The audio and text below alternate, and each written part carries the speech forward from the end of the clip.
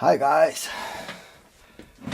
so welcome to this video which is about some tips for getting the James Jamerson sound. So I'm gonna be giving you guys some tips, and hopefully you'll find them useful. So the first thing you're gonna need is a bass. Seriously guys, you will need an instrument that you can dedicate exclusively for this, okay? Something set up like James's bass, Motown setup, okay? What I have here is heavy set of strings. They're La Bella flats. They were a gift from my dear brother Von Jose Roberts, awesome bass player. Check him out. And they're 50-115, I think, or something like that. Well, this used to be my main bass many years ago, and it's so heavy I can't play it anymore live. So I figured I'd just dedicate it for this. So it's a Bubinga. It's like 16 pounds or 17 pounds. It weighs a lot. And I have a scallop neck and a hip shot and some other features.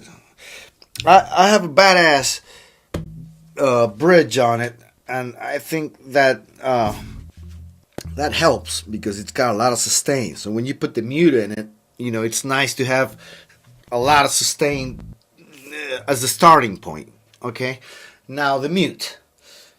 You can get something like this at the supermarket. I don't like this. It's too soft, and I don't think it does the job right.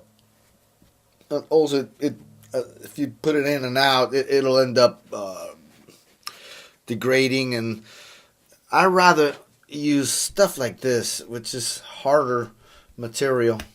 I get it from the packaging and the pickup boxes. Replacement pickups.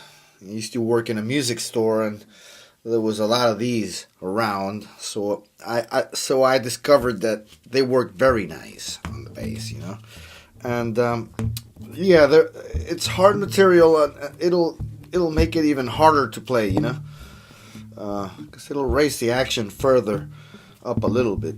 I don't mind that.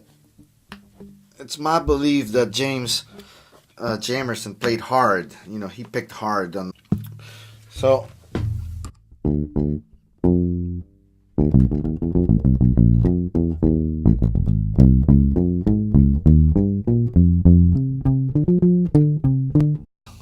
you can use any kind of bass. I recommend that the bass has what do you call these, double coil pickups, because these are like the ones that Precision has.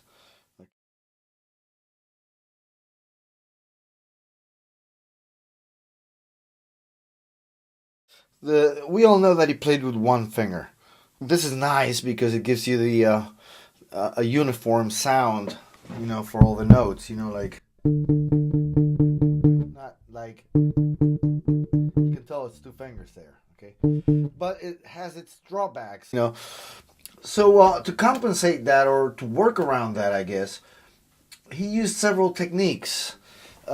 He would employ open strings a lot, Here's where the flat wounds and the mute come in, because this G string, when you pluck it open, well, it's just like when you fret it, So there's not that dramatic difference that sometimes we find with round wound strings, between an open string and a fretted one.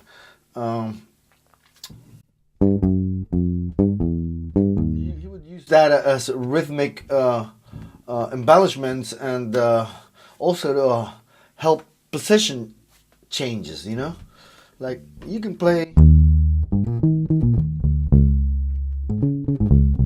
or you can do.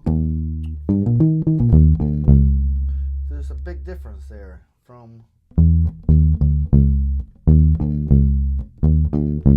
This is open D has a quality that this fretted one doesn't.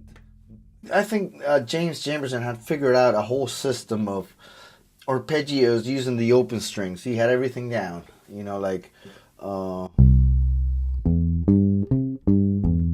would have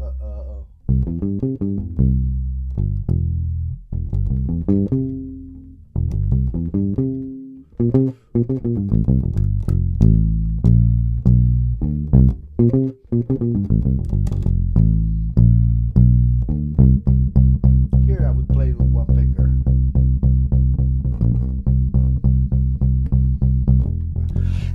On the right hand, for the string crossing, he would do this thing called raking, which is in one stroke playing two strings in a downward motion towards you.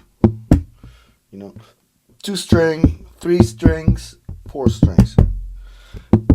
This is what they call bucket of shit.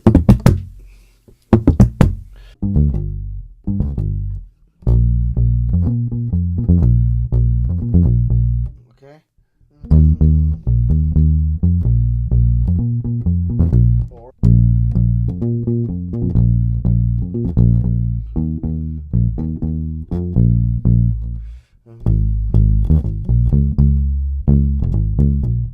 So the rake, very important, the rake, you know. He was a master at doing this kind of stuff, and you don't even notice he's doing that sometimes. He does this at the beginning of for once in my life. Once in my life. That would be like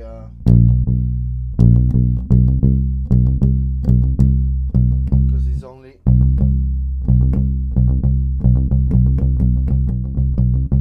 kind of stuff.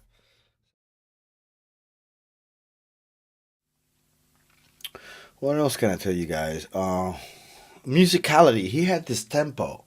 He had this special way of feeling the time on the bass, you know, that only the greats have. And this dramatic quality of his playing, you know. He would play something and he would make it like a performance, he would give the song something special.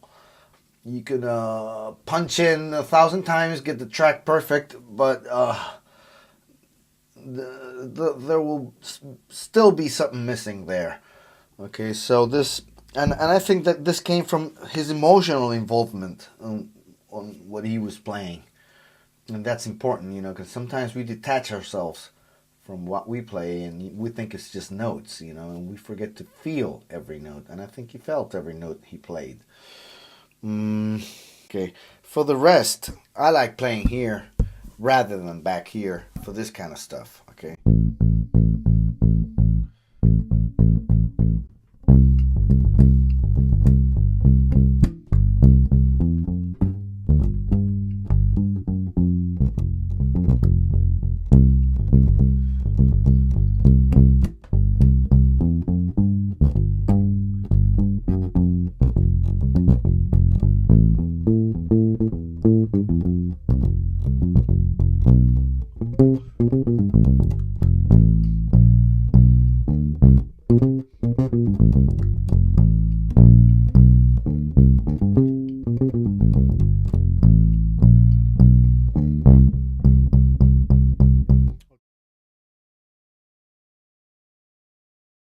Choice of notes. Now we've mentioned his one finger approach on the right hand, and we've mentioned the open strings, and the open strings also have a reason to be there, because remember that most of the time he was reading charts, arrangements, and you know he needed his eyes for reading the paper. So most of the stuff was done here. Hence, the thick strings, once again, the heavy strings, you know, because he needed heavy strings to get a full sound in this part of the bass, you know. So I don't really think that he played so much in this area of the bass, you know. So one has the temptation of being modern and applying a modern approach to the stuff. But I think the fingering, the way he was doing things here, subtle difference.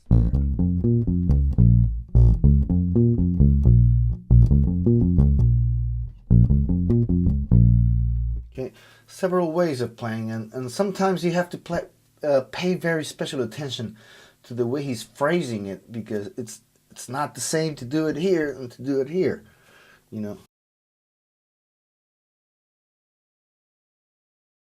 Lots of pinky, little finger leading, leading the hand instead of the index finger leading the hand, you know. So you will have tonic here, and he will do like, instead of doing,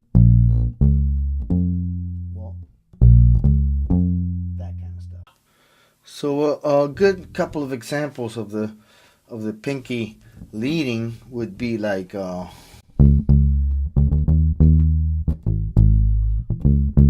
Bernadette, or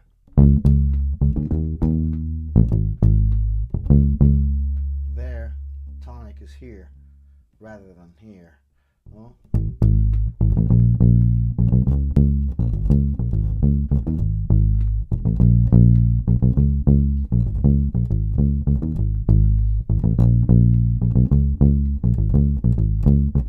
Okay, instead of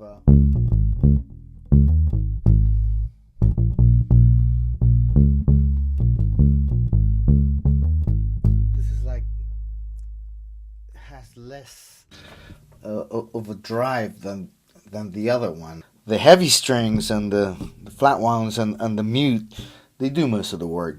I just record direct in this case, and I like to add a little bit of overdrive to the sound. I'm not doing it now, but on the recordings, I do. I add a little bit of overdrive, because you probably got that from the amp itself. Check out this playlist that I have if you wish.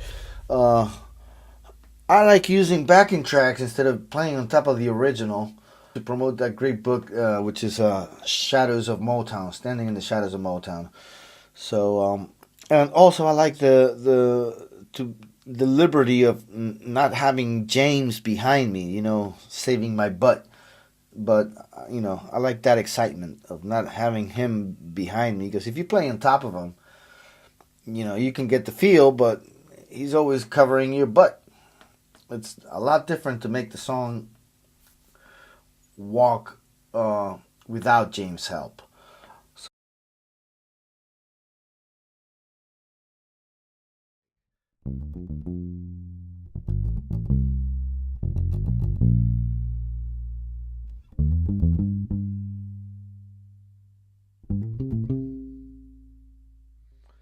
Multi-purpose.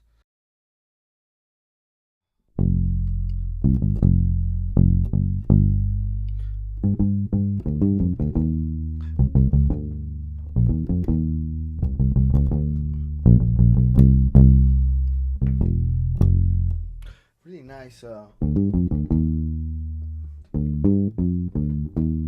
Instead of